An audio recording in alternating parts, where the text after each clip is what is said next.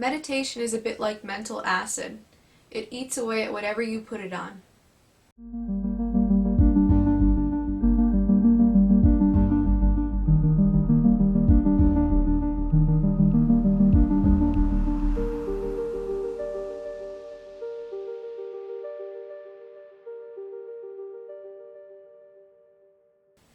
Hi, this is Emerald and welcome to the Diamond Net. Today I'm going to be giving a book review on the book Mindfulness in Plain English by Bhante Gunaratana, who is a Sri Lankan Buddhist monk.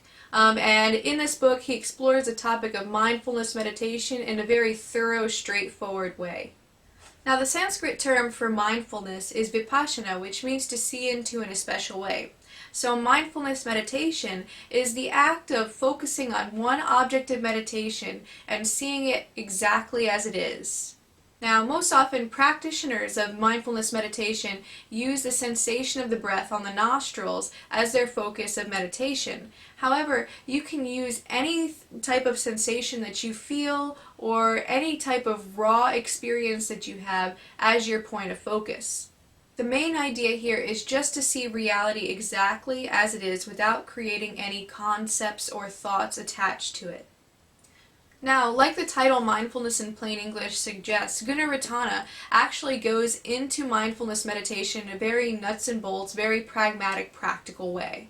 Now, Gunaratana at the beginning of the book gives a little bit of basic Buddhist philosophy about how human suffering is caused by our attraction and aversion responses to things and how we get attached to particular outcomes. He then states that the way out of this trap and the way out of this suffering is to employ mindfulness, which helps us see reality as it is, which is a lot less bleak when looked at from that expanded perspective of mindfulness as opposed to our conceptual cartoonish kind of way we conceptualize things from mundane human mindset. He then uses the remaining chapters to explain mindfulness in a very thorough way, down to what you should do with your mind, what you should do with your body, how to create a mindfulness practice, dealing with distractions, and just about every other basic thing that you can think of that might come up in the practice of mindfulness meditation.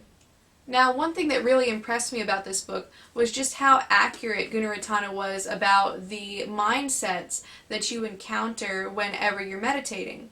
So for me, when I first read this book 2 years ago, when I just first started to dabble in meditation, was that I was always having a hard time focusing on the breath. And I mean, this is very, very common.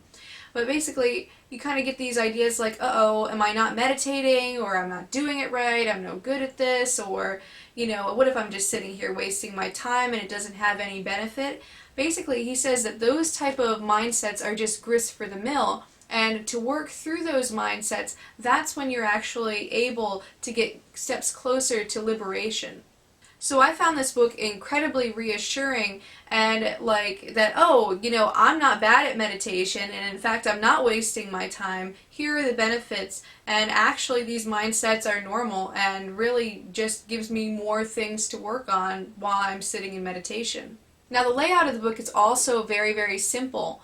So if you're ever having any kind of issue with meditation later on, or you want to look something back up, it's very, very simple to do so. So if you're having trouble with being distracted during meditation, just look at the chapter titled Dealing with Distractions. Now, I recommend this book to anyone who has an interest in meditation. I especially recommend it for beginners, but I think even a seasoned meditator who's been meditating for 20 years could get substantial benefit from it.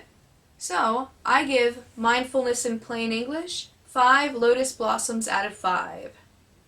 Well, that's all I have for you today. I hope that you enjoyed this video. If you did, go ahead, give it a big thumbs up, and click the subscribe button below.